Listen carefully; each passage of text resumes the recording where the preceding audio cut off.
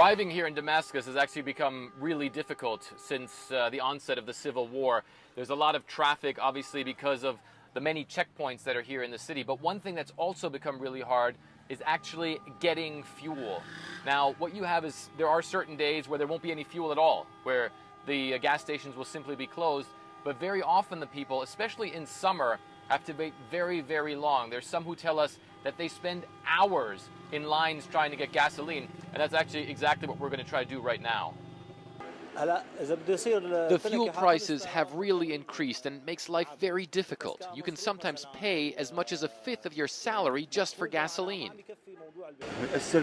It's really tough because it's not just fuel that's gotten more expensive, but pretty much all other goods as well. It really is difficult to move your way forward in these gasoline lines. I'm not actually very good at it, trying to force your way into these little spaces. And what happens is that people get really angry. There's a lot of honking going on, and sometimes fights break out here. And so what's happened is that the Syrians have actually deployed military personnel or security personnel to these gas stations to make sure that people don't break out into fistfights. And the way these gas stations work is that you have one or two lines for regular people, then you'll have a line for the military, which obviously means they get fuel a lot quicker, and then you also have a line for government workers. So there is a sort of hierarchy here as well.